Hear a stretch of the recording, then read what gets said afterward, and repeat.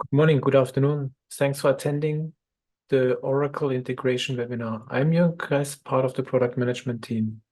In case you missed one of our webcast, on-demand recordings are available at Oracle Video Hub, including presentation for download. For details, please see also the monthly community newsletter. In today's presentation, Vernon will give us an update on Oracle integration B2B functionality. Good afternoon, Vernon. Good afternoon, Jürgen. Good afternoon, everyone. So what is Oracle B2B and what is new in the product? Well, yeah, so I'm going to cover all of this a little bit more in the presentation, but just to give you an overview, Oracle B2B is an extension of the Oracle Integration Cloud. It's an additional component that allows all our customers to interact with their B2B ecosystem and through various B2B protocols or documents, and the visibility, all of that will be taken care of by that. So we've had few features which I guess most of them would be familiar with, things like AS2 and FTP, but what we are excited to present now is the additional capabilities that we have brought in, things like Rosettanet, the REST protocol support, new document type support, and at the end of the presentation I do have some sort of a secret surprise which might be useful for most of our customers, and I'm hoping to show that off today. Cool, excellent. Will you also include a demo? Absolutely, yes. We will go through a lot of hands-on demo for all the new features, as well as some of the exciting things that may be coming up. Excellent. So let's get started. So Oracle B2B functionality is part of the Oracle integration platform. And Oracle integration allows you to connect SaaS applications like ERP, HCM, and CX with pre-built adapters, and you can use the pre-built connectivity. Objective of the call is to introduce the B2B functionality and give you an update on the new features. So let's get started. Please pay attention to the Oracle Safe Harbor statement. Please block and tweet only about services and functionality which is available today. Quick housekeeping, please feel free to post your questions via the conference Q&A tool or Twitter #PassCommunity. At the end of the webcast, we will answer them. Slides are available at Oracle Video Hub and the community website. Please share your feedback via the Zoom survey at the end of the webcast. For today's agenda, I will keep the community announcements short to give as much time as possible for Oracle integration B2B functionality. At the end of the webcast, we will answer your questions. So, quick update on the integration side. Today is our community webcast, and we are launching the new series to connect SaaS with Oracle integration for the European time zone. That's a series of 4 webcasts. It will start January 31st with an overview, how you can use Oracle integration to connect SaaS. And then we will deep dive into each area like ERP, to connect HCM, and to connect CX. It's suitable for all SaaS partners, so please make sure that you register. We continue to offer the content from Oracle Cloud World, which are still excellent sessions. And we updated all our certifications. So make use of the sales certification, which is available in the 2024 version. Same for technical people, so on the solution engineer side. Both sales and solution engineer continue to be free of charge, and take the implementation exam, the 2023 edition. To prepare you for the exams, we offer the free hands-on trainings. Those are 3-day hands-on trainings to connect ERP, HCM, and CX. And the goal is that you can demo it and that you can also pass the certification. Registration is open for the new series of trainings in January in Asia, in February in the US, and also in February in EMEA. More registrations will open very soon. All details are published in the December newsletter edition. If you are not yet a member in the community, please make sure that you register now. As a community member, you also get access to the community website with all the resources. For Digital Assistant, we also offer the Oracle Cloud World keynotes. The latest newsletter was published with all the resources, and the community website was updated. So today's webcast is recorded and will be available on demand, including slides at Oracle Video Hub. At Oracle Video Hub, you also find our previous webcasts like healthcare integration or new features or Cloud World announcements. So take a look and please watch our on-demand webcasts. With this short introduction, I would like to hand over to you, Vernon.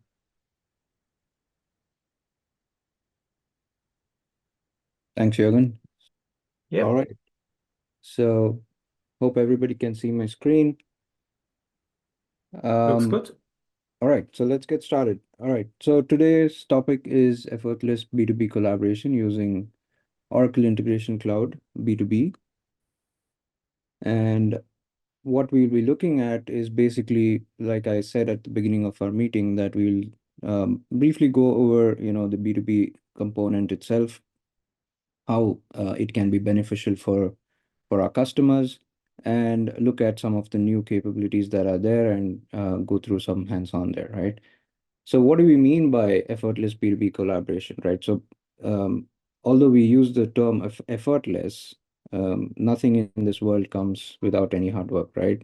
But what we're trying to say here is we have tried to make the exercise of integrating with your B2B ecosystem as low effort as possible with various means, right?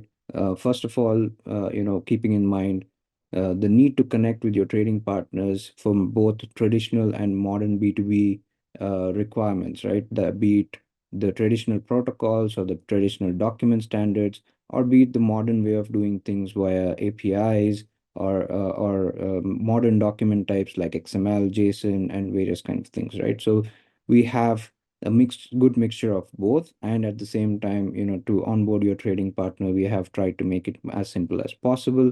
And through this, we are allowing you to manage both your EDI and non-EDI business documents very efficiently.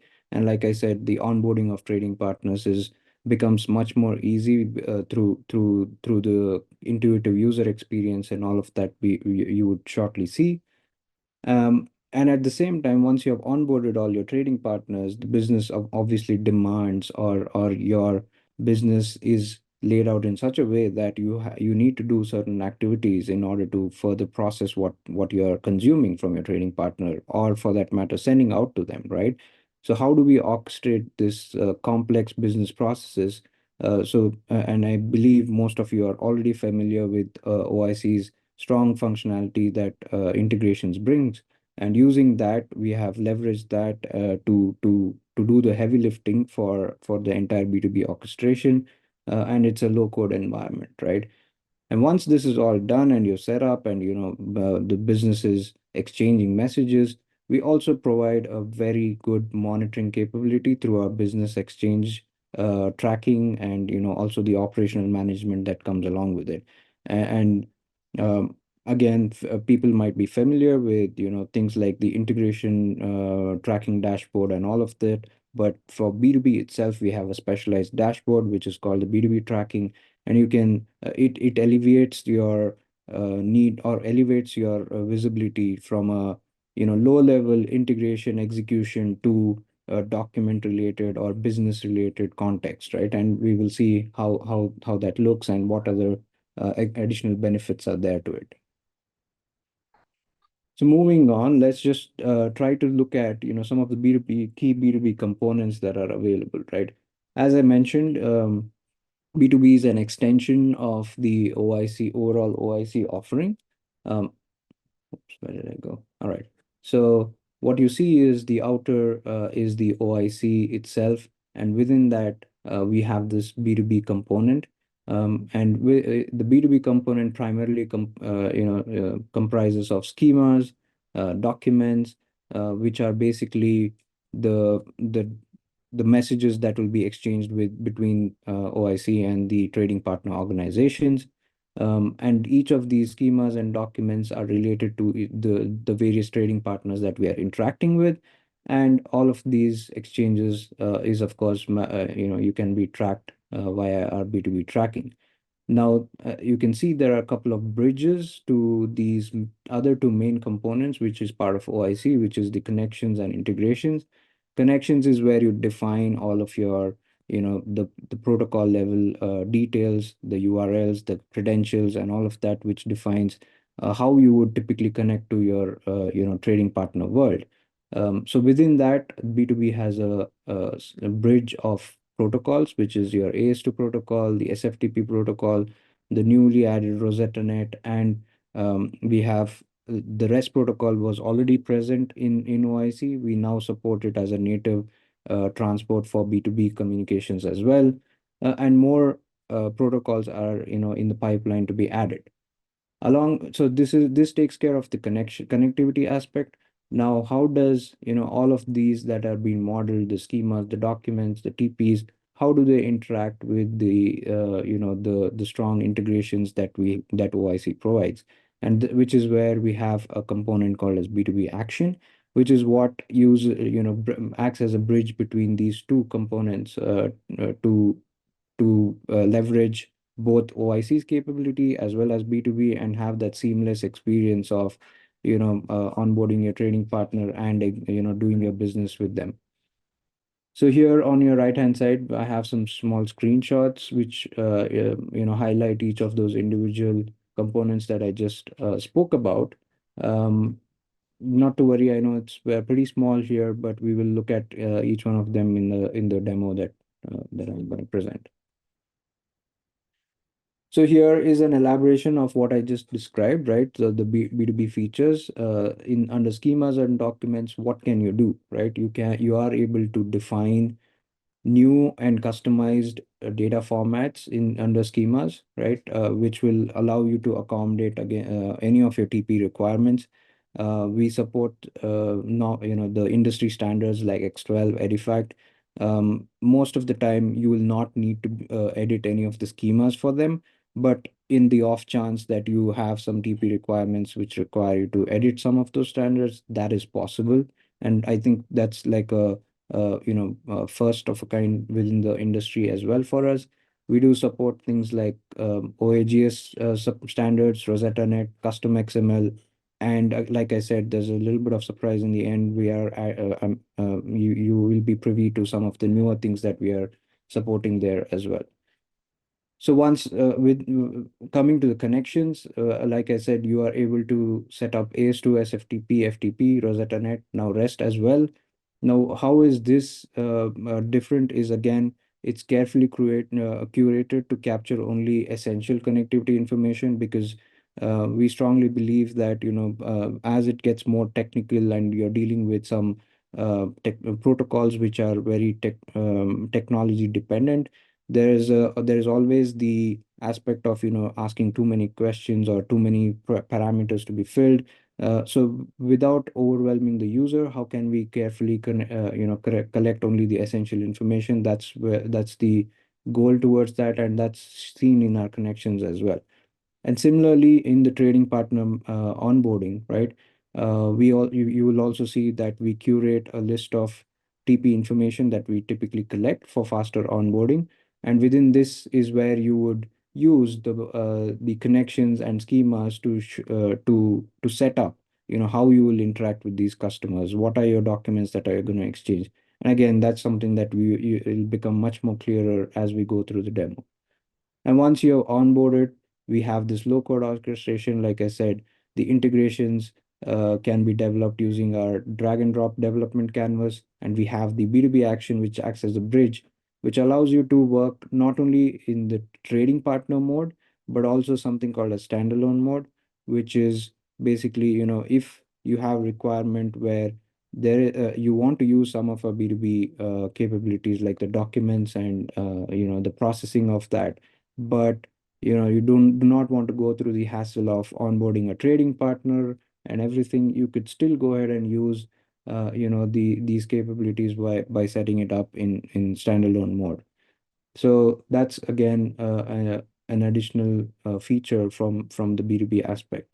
And coming to message tracking, like I said, this is where it elevates your visibility from just being a low level business process or an integration execution to monitoring your transactions, the documents that are being exchanged, both at the business level as well as at the transport level, right? And using all our filters and the operational managements that are there, it's going to be much more easier to search through the tracking, as well as linking any of the exchanges that may happen throughout your exchanges with your TP. Last but not the least, I already spoke about it. The operational management includes the resubmission of transactions. So again, those are some features that we will take a look at during our demo. So just before we get into the demo aspect of it, I just wanted to walk through this experience as to what are the different things that you will need to do in order to probably set up a B2B connection, or a trading partner onboarding, and set up the B2B connection to your trading partners, right? So first and foremost, you obviously need to know how are you going to connect to your trading partner. What is the protocol that you're going to use? So the first aspect is going to be creating that connection. The next one would be to create what documents are going to be exchanged. So there are two things that we talk about when we speak about document, which is, one is the schema itself, which is basically the format or the structure of that particular document that you're exchanging. And then the document is like a logical representation of the document that you're actually going to be exchanging with the TP. And again, we will see more of it. This is The schema part is optional, depending on what kind of documents you're exchanging. For some of them, it is mandatory. Things like, Rosettanet, XML, the creation of schema is required because those need to be defined. But for things like X12 and Edifact, those are optional because we preload all of these standards within B2B, and you don't need to go and create a schema unless there is a requirement where you need to edit some of the fields within that standard itself. So that's step 2 and 3.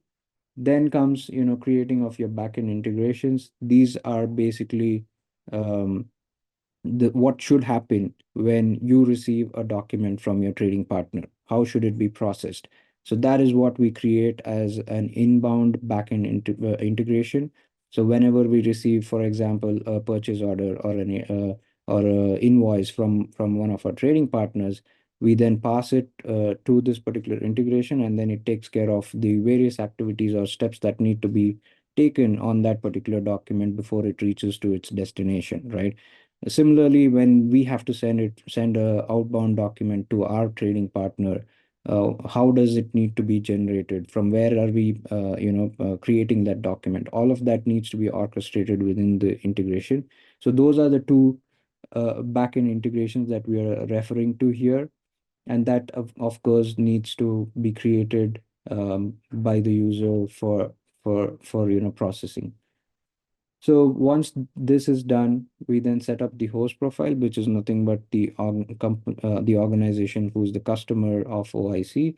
So there are going to be a bunch of B2B specific.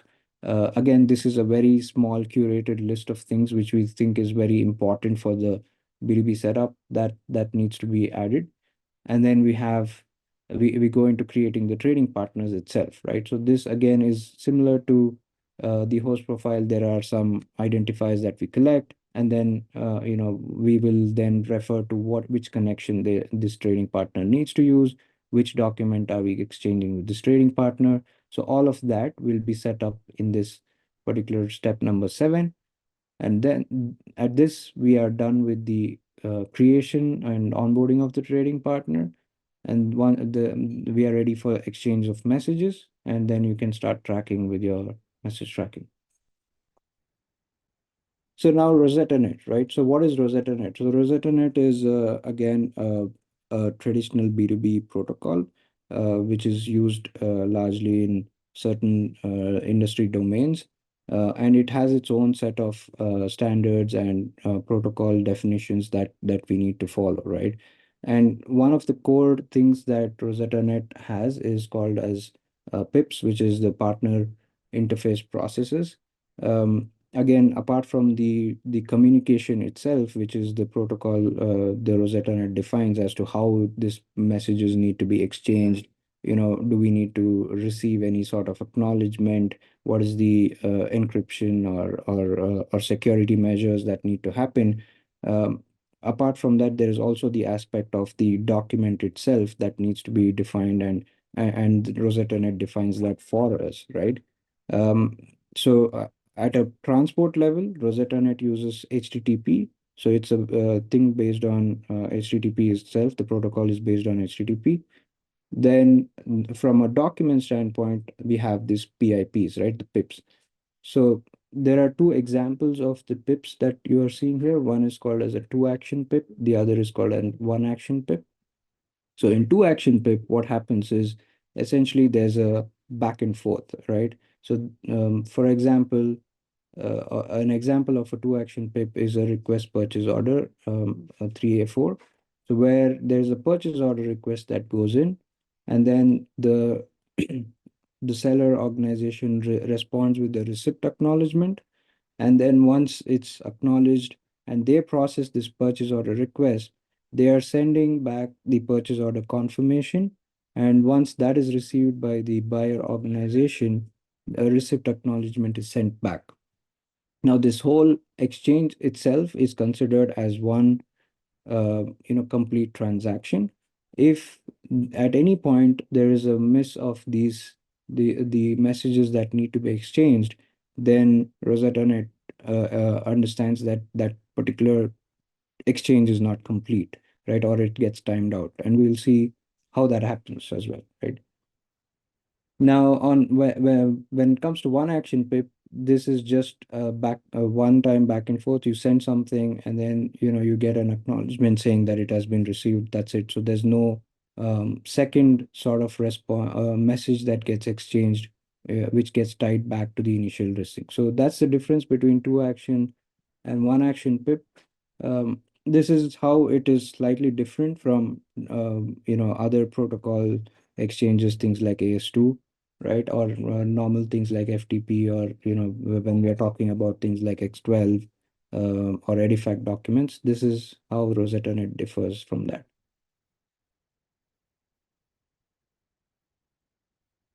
So here's the B2B use case that we are going to look at. So this is the diagram that you see here is a part of the order to cash exchange that we will look at. And here you can see the two action PIP that I just described, which is the purchase order exchange. So first a PO gets sent from a product manufacturer who is typically in Rosettanet terms called as the buyer. And this particular product manufacturer is a customer of OIC. And they're going to receive a product purchase order from their trading partner, Acme, and they're going to respond back with a receipt acknowledgement. And then I'm sorry. So they're going to send a purchase order. The Acme Corporation is going to respond with the receipt, and then Acme is then going to send the acceptance of that purchase order, and then this buyer is going to acknowledge that, and that is the exchange or the use case that we will look at.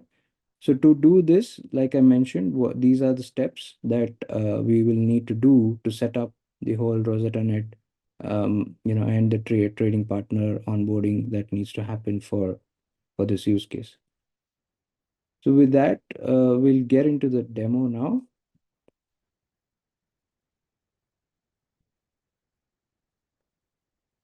All right, so here we have the OIC dashboard.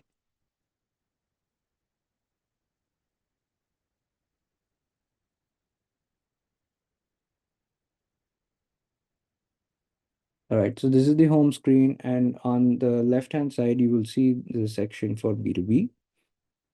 So under B2B, we have these options. Like I said, there's this host profile that we need to set up, and you can see a bunch of B2B identifiers which are specific to the host, who is the basically the organization that owns OIC, will need to fill up. So you can see some of them already here. These are again dependent on what kind of documents and protocols you will use. They'll need to be filled up. So for example, you see something called as AS2 identifier. So AS2 identifier needs to be set up if one of the protocols that are being used is AS2 because this identifier is required for that. Similarly, if you're dealing with X12 or Edifact kind of files, you will need to define things like the interchange ID, the group ID, and the group qualifier or the interchange qualifier, because those are the ones which will be used to create the envelopes that are required for that particular document. Now, since we're speaking about Rosettanet, there's something called as party ID that is required for Rosettanet, which helps it identify who's the trading partner, right? Similar to the ACE2 identifier. So typically, there's this thing called as dunce number that gets used. So we allow that as an identifier to be defined here, and that gets used as part of the Rosettanet protocol and the message for its future exchanges. And if you recollect, I mentioned that we have a small curated list, which allows us to, make it simpler from a user experience standpoint. And this is what I mean by that, right? So this does not contain, all of the fields or parameters that would be required to set up an EDI exchange, so as to not overwhelm our users while during the setup, right? So once you're done, and you can keep adding more identifiers by clicking on the plus button, right? And once you're done, you can go ahead and save it. Now coming to the schema section, right? So like I mentioned earlier, right? So this is not a mandatory step if you're going to use standards like X12 or Edifact, right? But it is required if you are setting up things like OAGS or Rosettanet or custom XML. So all of that requires you to define the schema. But at the same time, if you have requirements for editing some of these X12 documents and changing some of the form, the various attributes or fields or segments, you can still do that as well. So before we look at the Rosettanet thing, let's look at one of these custom 850 Rosettanet document. You can see it is for X12 standard. It's of version 4010 and it's at 850. So I can click edit for this.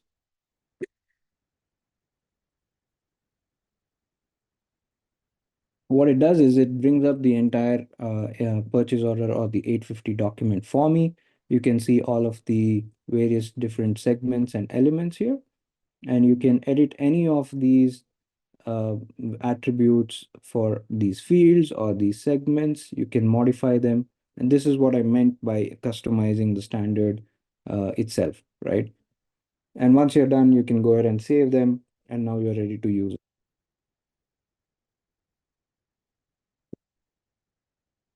So now let's look at the Rosettanet thing. So you can do this by creating a schema here. You can provide some name.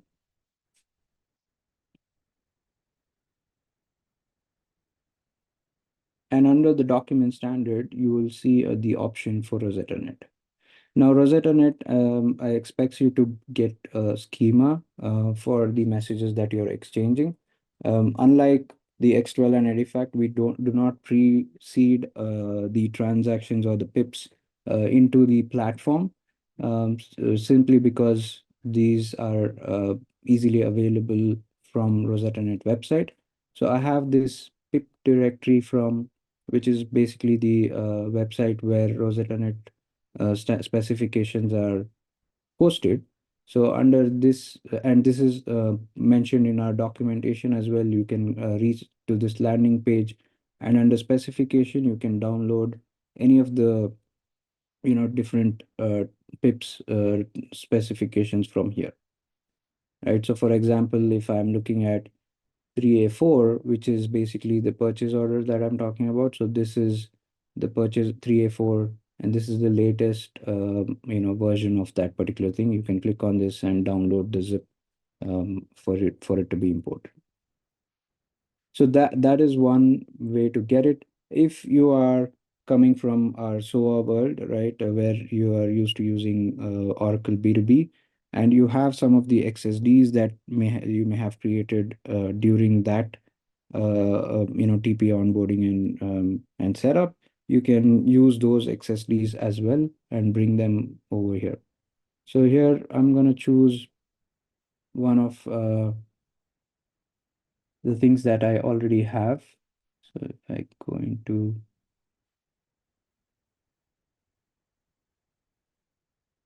Rosettanet,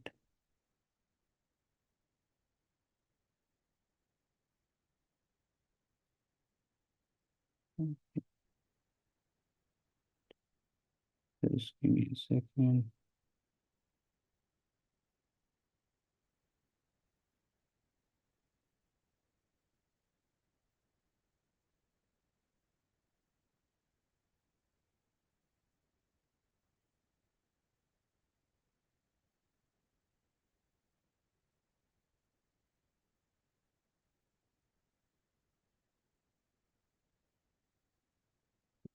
Sorry about that. So here I have an XSD, which I can use here for bringing in the purchase order request. This also takes a zip file. So typically what you download from here is a zip file, which is basically a combination or a set of XSD files. We can import that as well. Once you're done with that, you just have to select the appropriate root element. It would be something called as purchase order request. So you select that and then you provide a document version. So for example, in this case, this is a 3A4 and purchase or PO order, right? So I can go ahead and create.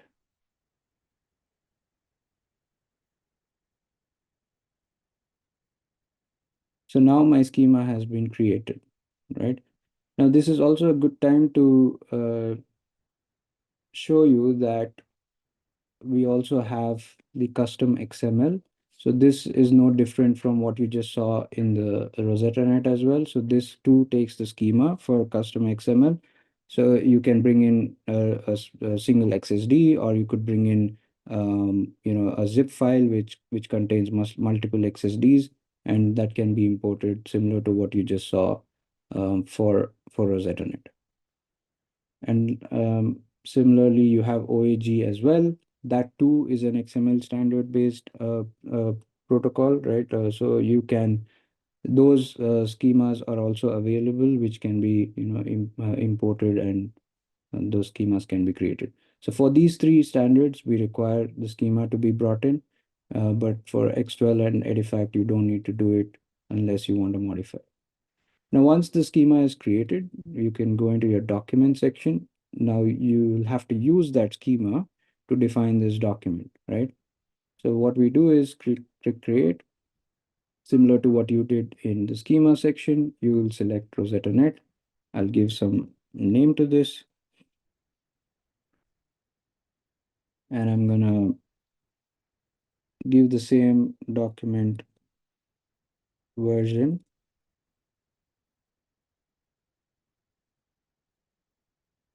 And the document type. And click create. So once I come in here, I can see there's this section called as standard, right? So sorry, document schema. This is the place where you will select the schema that needs to be used for this particular document. Now note, when I click on this, I can only see standard, but not the schema that I have created. The reason for that is we need to make sure that these two are matching with what we had provided earlier, right? So what did we, I'm just gonna step out of this for a second. We go to schemas and we see, so I had given as P order, and since I had not given it correctly there, it was not showing that up, right? So what I'll do is now go into this and change this.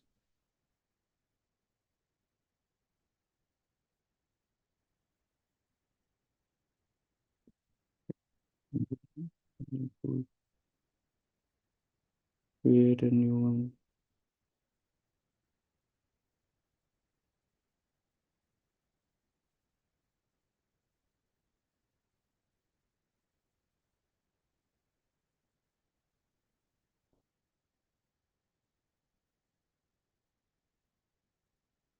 So I just wanted to highlight this specifically because a lot of times this can get confusing. So we are looking to make this a little more easier, where you just have to select some of the things that are already entered instead of, remembering what you did. So now you can see the schema that I had created earlier, right? So by doing that, you associate the schema to this document. Now for Rosettanet, there are a bunch of things that needs to be added. Things like, and these are all defined by the protocol. So you have to create them, give some values for them. As you can see, these are all required. So the from role, the to role, the service, from service to service, the collaboration name, and all of this. The documentation will define all of the what these values mean. One thing that I want to highlight is time to perform for collaboration, right? So this is basically time in minutes, which will need to be provided in order to let the platform know what is the time that is allowed for a response to be sent back from the trading partner. So we spoke about two action pips where there's a typically a document that gets sent and there's a response back to it. So this is where it tells you how long can you allow the system to wait to expect that a response back from the trading partner. So for example, if you give 10 minutes, then within 10 minutes, you expect the response back. If it's not receiving it by that time, then the status of the transaction that was sent goes into timed out, and then you can no longer receive anything for that particular document. You'll have to go back and resend that entire document exchange. So that's one key thing that I wanted to highlight. The other thing that I want to highlight is the correlation, right? So there's a correlation from and then correlation to. So the correlation from is basically defined for the initiating documents. So for example, in this case, this is the purchase order request. So typically this is the first document that gets that initiates the entire transaction in this 3A4, right? So we will define the name of the XPath and the expression which will tell us what value from this Rosettanet document I need to use in order to match with the incoming response that the training partner is going to send, right? So for example, in this case, uh, I will need to use something called as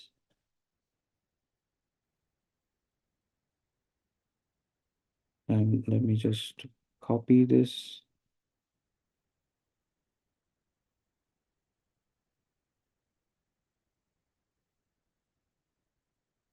So here is the expression that I'll be using. So this is within the Rosettanet document, which is the element purchase order request. And under that, I have something called as this document identifier. And then under that, I have something called as proprietary document identifier, and what value is being passed under it. I want to use that as my correlation from for this particular exchange, right? Now imagine I'm setting up the response, right, which I would need to do, which is basically the PO confirmation or acceptance that the trading partner is going to send. Then I would typically add the expression or the XPath expression which for that particular document in the to, because that's where I will need to pick up the value from in order to match what was already populated by the platform for this particular collaboration. Apart from that, we also have the business identifiers. Again, if you're familiar with the document setup for other things, we support this business identifiers, which allows you to again pick some specific values from within the document and surface it, so that during your tracking and you're searching your messages in the message tracking, it's easy for you to identify it. Typically, things like order number or your invoice number or the date or the email addresses, which you think is useful for you to track and, identify the documents uniquely can be added as business identifiers here. Again, this uses an XPath expression. So similar to what we just did there, you can provide that and give some name to it, and then hit save, right? So I'm just going to step out of this. I'm going to show you one of the things that is already completed the document so that you get an idea of how that gets set up. So here I have uh, a request document, which is a PO request.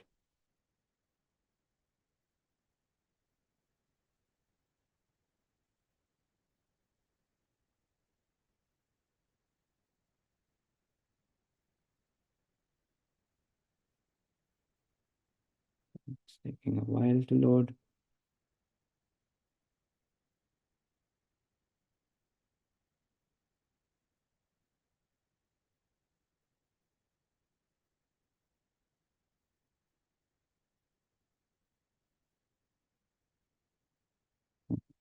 Okay.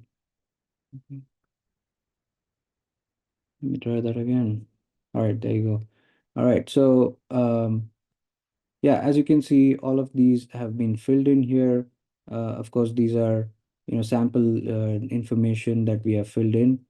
And as I was mentioning, this is a request, PO request. So we have filled in the from XPath with the expression. Now, similarly, because we expect the response as well, we have set up that. And similar to what you saw there, we have filled out all these information. And under the correlation, when you can see, we have the to expression, which allows us to then match whatever value is being pulled out from these two expressions to tie these two together. Again, you can see the time to perform the collaboration set to 10 minutes. And that's pretty much it when how you set up the um, entire Rosettanet document itself. Similar to what you just saw, you can do this for every other document as well, right? Of course, you don't have to set up all of the Rosettanet specific stuff for other document, things like, XML. Of course, you just provide, what XPath you would like to use for business identifiers and how do I identify these documents. Again, those are specific to each of those documents, but the steps essentially remain the same. All right, so now that you've set up the documents, now you can set up your trading partner, right? So you can go into the trading partner section, and then you'll see already set up trading partners. And if you want to create something new, you always go into the create trading partner setup, right? So let's say if I create a sample TP,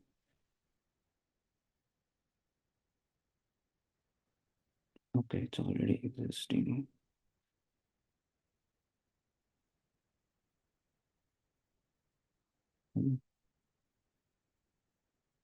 So once you set that up, the first thing that you see is, you get the option of adding some contacts. This is not mandatory, but a good place to store any of your, important contacts at the trading partner so that you can refer in times of need. The thing that you have to set up are these B2B identifiers. Again, similar to what we saw for the host profile, you'll see all the same kind of options here. I'm not going to set up every single thing, but since we're talking Rosettanet, the important thing that you have to set up is the dunce number, right? So similar to what you saw at the host profile, you will need to set this up for your trading partner. All this information, of course, will be shared by the trading partner to you, and you will do the same with them. And once you do that, you can go ahead and click save. But before I do that, there's also this option of control numbers. Now, again, this is specific to standard, so this is not applicable to every single thing that you set up. If you're using X12 or Edifact and you in a need for outbound transactions where you would like to have specific control numbers added to the envelopes of these transactions, that's when you would use this. If not, this is not applicable, but that's the option that is available there. So you can click save. And the next thing that you want to do is step into transports and agreements. Now, this is where you do all of the bulk of the, setup for the TP. where you're defining what is your communication preference with this particular TP, what kind of documents are you going to exchange, whether they're going to be incoming to you or whether they're going to be outgoing from you, right? Those are the things that you would define here. So under transports, that's the first thing that we do, set up, and then you can see on the type, we have AS2, FTP, which is what we were supporting earlier, and now we also have support for Rosettanet and REST as well. So let's look at Rosettanet, right? So once we select that, we just give some name for now. And here is where you select the connection that will be used for your Rosettanet, interaction, right? So if you have already set up a connection for this particular TP, then in this drop down, you will see those Rosettanet connections here.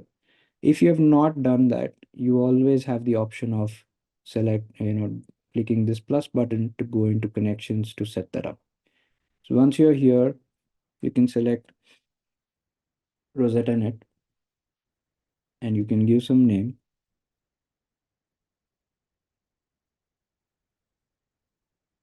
and click create. So we are creating something called as trigger and invoke role. What it means is that I am using this particular connection to not only connect to my trading partner, but also allow my trading partner to connect to me as well, right? And you also have the option of setting it up as only a trigger, which means only the trading partner can connect to you, or only an invoke, meaning that only you can connect to the trading partner as well, right? So those are the options, but for simplicity's sake, we're doing both here. So the first thing that you see is basically the Rosettanet service URL. This is nothing but similar to a HTTP URL, but specific to Rosettanet. So your trading partner will provide you with this endpoint information, and you fill that up here. Apart from that, again, like I said, we have tried to keep it very basic in terms of how you set up the connection as well. But at the same time, if you want to go, advanced and have a lot more flexibility, that's also possible, right? So that's a thing that we can do. But coming to basic, what you need to provide is basically what is the username, password, if there is something that needs to be used while doing the connection. Do you have any private key and public key that you are using to do encryption and decryption and signing of your payloads? All that information needs to be configured here, and that's it, right? So those are the most basic things that you will need to set up. Once you're done, you can click test to ensure that the connectivity is working, and then hit save. And once you're done with that, you can go back. Discard this for now. But once you go back, you are brought back to the screen again, and you will see that the connection that you had just created shows up here. But for now, let me just select what is already there, right? Now coming to the identifiers, so that's the connection part, right? Now these are some of the things that you would need to set up for specifically the Rosettanet exchange itself. This is like the protocol level requirements. So there you require to set up the identifiers for Rosettanet.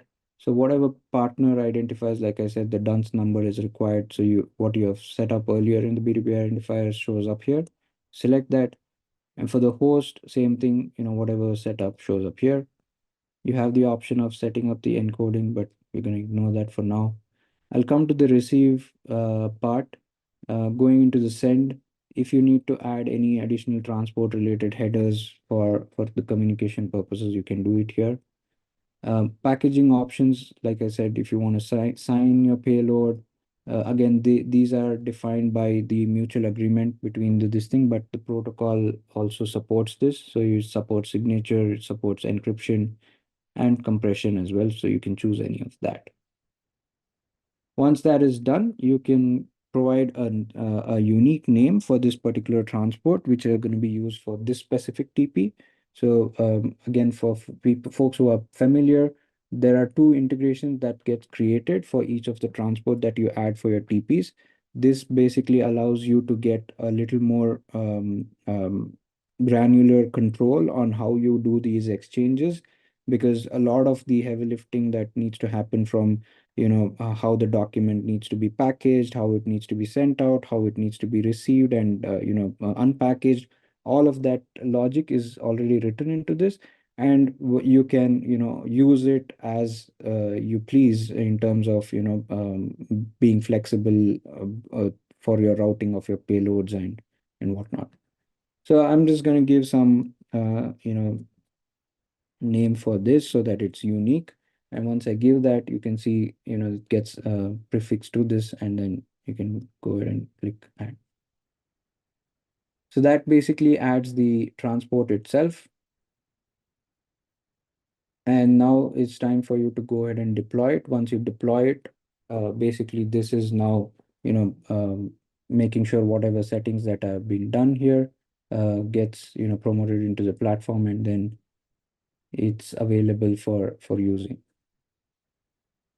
I don't know why the instance is not responding very well.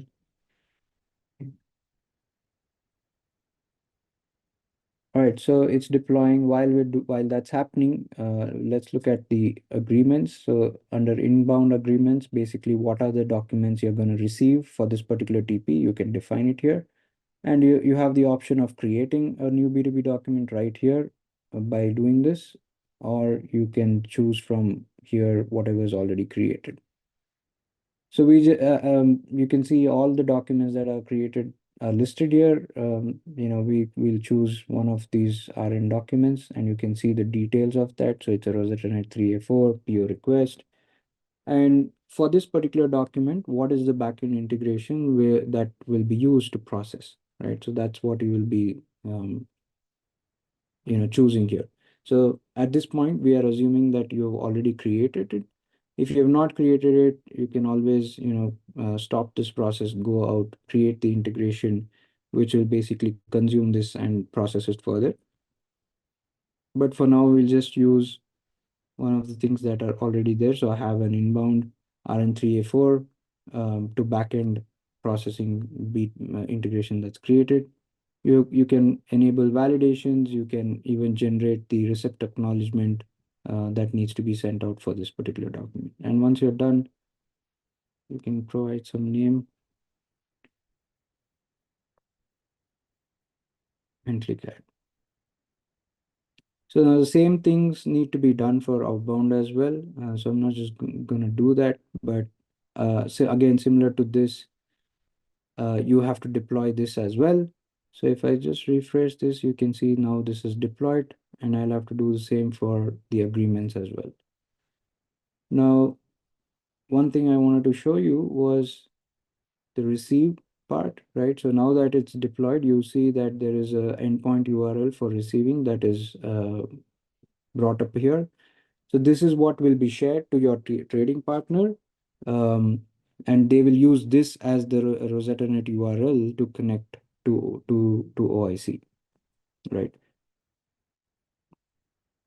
So that's how you would set up. Now I have already set up a Rosettanet TP, and you can see, so I have the Rosettanet transport. I have an incoming purchase order response document, which is the purchase order acceptance, and then an outgoing PO request agreement that is set up, meaning this is basically the buyer instance, right? Which is going to send out the purchase order request, and we are expecting the seller to send a response back. So now that I've set that up, I have also simulated the seller instance. So here, again, I'm just using another OIC instance to simulate my trading partner. Okay.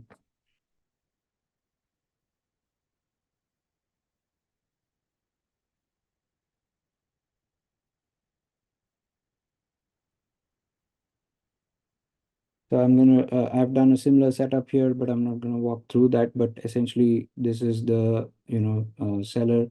So what we will do now is jump into a live execution of this. So here I am again simulating a payload that is going to be generated and sent from my buyer instance to the seller instance, right? So I'm just going to click send on this. So this was accepted. So now let's see what happens here, right? So going back to the buyer instance, so now is a good time for us to look at the observability. So let's go to B2B tracking under observability. So here we have two tabs. One is called the wire message and the business message. So now we are in the business message section, right? So you can see there are two arrows you can see. One is going out, which means this is an outbound transaction, and this is an inbound transaction, right? Now, since we are the buyers and we are sending the PO request, what you see here is the PO request business document. And you can see it's going to the trading partner RN seller, and the status is successful. And here you can see more information about this particular document, right? So under the message logs, what you can see here is the correlation information that we had set up, right? So this is the XPath from value, right? Uh, which shows the value that we pulled from this particular document. And this is what will be used to correlate, right? And under payloads, you will see the actual Rosettanet payload. You can download it from here. And in correlation, you can see bunch of things, right? First thing that we will see is the wire message, meaning now that the business message is created, I need to send it out to my seller, right? So it goes on the wire, which is the Rosettanet protocol. So when I click on wire, it goes to the wire message and it's filtered to that particular wire message itself. So again, this is outbound. The transport is Rosettanet. The trading partner is the seller, and it's successful. Again, it has a payload name as well, and you can see similar information for the transport level as well. And again, payloads, you can download the actual payload as well that was sent out. And in the correlations, you are now, excuse me, it gets linked back to the original business message. You also have the option of looking at the integration, which was used to send this message out. But we'll stick to the message view for now. Now it comes back to this PO request as well. The other thing that you'll find under the correlation is the functional acknowledgement. Basically, the acknowledgement which I said will be sent back from the RN for receiving this particular message. Now, as you can see, from here, I can go back as well by clicking on collaboration. So what it means is that these two messages are linked by this particular collaboration, right? Now, we mentioned that this is a two action pip, which expects the seller to send a confirmation back. So let's simulate that and see how that looks. Again, going back here, now I'm simulating a response back from my seller to the buyer, right? And this is going to be the purchase order confirmation here, right? So now this is accepted. So I'm going to come back here and hit clear. So you can see now there are a couple of new messages here, right? Now let's first step into the wire message. So because it came in, right? So it came on the wire first. So I'm going to look at what came in first, right? So it's an inbound. Rosettanet RN seller sent me something, right? So when I look at this, I can see all the information that are specific to this particular exchange here. And you can see, what was the message, who was it coming from, and the sender is this, and this is the transport that was used, and it was unpacked successfully. Now, under correlation, it links me back to the business message that was processed. So this is a PO accept, which we had configured. And again, if we go into this, you can see similar things that we saw here. And what you will see is the correlation to expression, executed as well. And this is the value. Now, again, similar to what you saw for that, you can go to the wire message as a functional acknowledgement. But what I'm more interested is the collaboration. So if I click on the collaboration now, you can see all the four, messages that need to be exchanged for this particular collaboration to be complete, right? So now that all of these are there, it is considered as complete. Now assume that the seller did not send the acceptance in time, which was set to 10 minutes, right? Then this particular status that you see as successful would switch to timed out. And that is how the collaboration part of Rosettanet is taken care of. So that is about the RN protocol, and that's how you set up and do different things. Now, while we are at this, you can also see there are a couple of things from an operational standpoint that you can use. The resubmit option, right? So assume that what was sent was not good. So now this is being sent out from a business message perspective. So I can process this again and deliver it depending on if that's what I want to do, right? At the same time, for things which are coming in, right? I have processed it, but maybe where it needs to be delivered, the endpoint did not consume it properly. I want to resubmit it. So when I click on this, it tells me that I can deliver this message again, right? So you can use these options to basically resubmit any of your outbound messages and incoming messages as well, both from business message and wire message perspective. You can do that, but this is a little bit context driven, right? Meaning, so from wire message, when it's going out, you can deliver it again, right? But on wire message, when it's coming in, you can now process and deliver it because it's the beginning of the processing, right? So similarly on the business message, when it's going out, it's the beginning of the processing, so you can process and deliver again. Whereas incoming, it's like the last mile, right? So you can deliver it again to the last mile destination. So it's a little bit context driven, but you can see the amount of operational management that you can do via resubmitting. So that's about the REST protocol, right? Now, what I quickly will do is also show you executions of couple of other protocols. So I just gonna do this execution of couple of things to show the other protocols, right? So the other new thing that we have added, like I said, is the support for exclusive REST endpoint being as used as a transport. So I'm just gonna simulate that as well here. So again, this is accepted. So if I now go back here,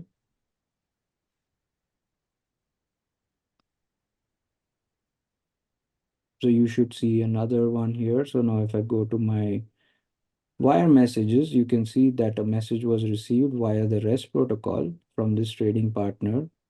And you can see the payload that was received here, right? So this is an XML payload that I modeled. And again, you have the correlations and everything, and you can basically go and back and forth with that. So some may ask, right, what is the use of having this in B2B specifically, because we could do this anyways via OIC. The added advantage is basically now you are able to use REST as a specific B2B transport, and now you can any exchanges that are made on that is visible on this B2B tracking itself, right? And that in itself is very beneficial. The second part is, right, when we are dealing with a lot of B2B customers, not only do they deal with traditional protocols, they also are moving towards modernizing a lot of things, and then they may have in their trading partner ecosystem a lot of customers, TPs who are not EDI enabled, right? And they may do business only via APIs or very simple exchanges.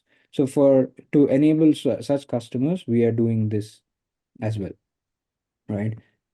So those are things that we have in the platform.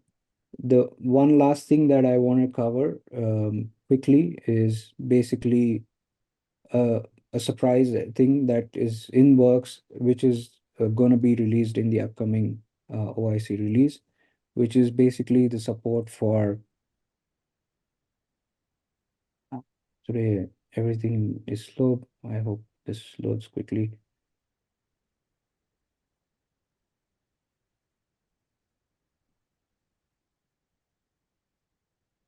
Okay. So the thing that I wanted to show was basically the support for fixed length flat files, right? Now, this is a feature that currently there's no good or easy way to do within OIC already, right? So, but um, this is an early preview to everybody here that we also now support, fixed length, right? So once you select that, you can bring in any of your sample fixed length payloads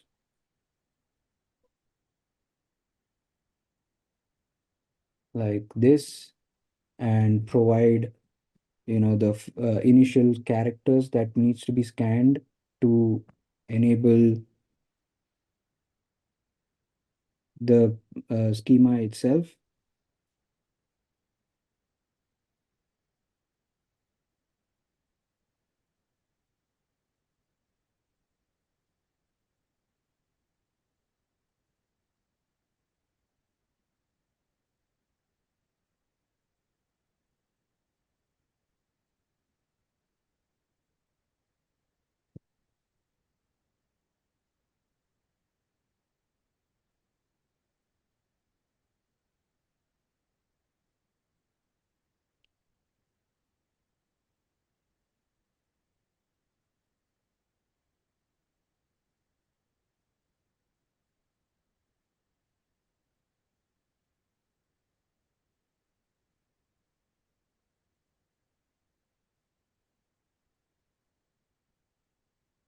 This is not helping, right? I mean, okay, there you go, doing something.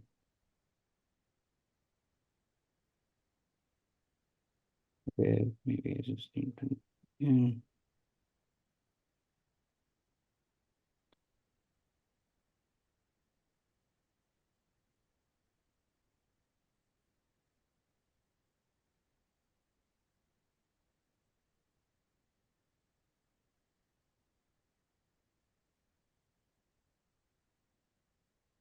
So yeah, so this is how you would create your flat file, right? So similar to what you saw for other things, you can see the segments and everything. So what just happened was it parsed your sample file, and based on you said that okay, 3 characters are my initial elements or segment names. So it was able to identify that, made those into your individual elements.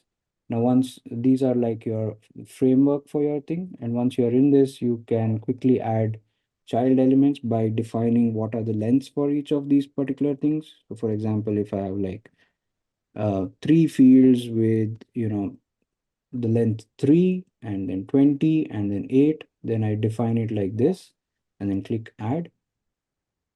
Now it quickly creates 3 elements for me and with the lengths that we defined. And now you can go ahead and change things like the character types, the length of it, usage, and all those things. So this is how you can quickly define your flat positional files as well.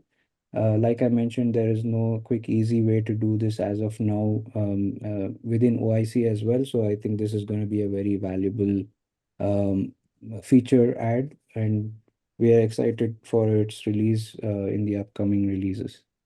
So that's pretty much what I wanted to share today. I hope it was useful. And if you have any questions and everything, feel free to let me know. Over to you, Jürgen. Vernon, thanks for the wonderful presentation and excellent demo. Let me do the following. I will wrap up the call so Steve can stop the recording, and then we will answer offline all the questions. So if anybody posted questions, please stay online. We will answer them all. So we will run the last webcast on Thursday, December 21st. Neil and myself will talk about new features in Oracle Integration 2312. Please feel free to join us. And if you're not yet a member in the partner community, please register to get our monthly newsletter and to get access to the community website. For more information on B2B integration, please visit the Oracle integration blog. Take a look at the documentation. And in case you have implemented successful Oracle B2B, we would like to know your success story. So please get the template and send it to myself because we would like to learn more about your success stories. We will answer the questions in a minute. Thanks, Vernon, for the nice presentation and the lovely demo. You can also reach out to the team across the globe and make use of our resources. So thank you for attending the webcast today.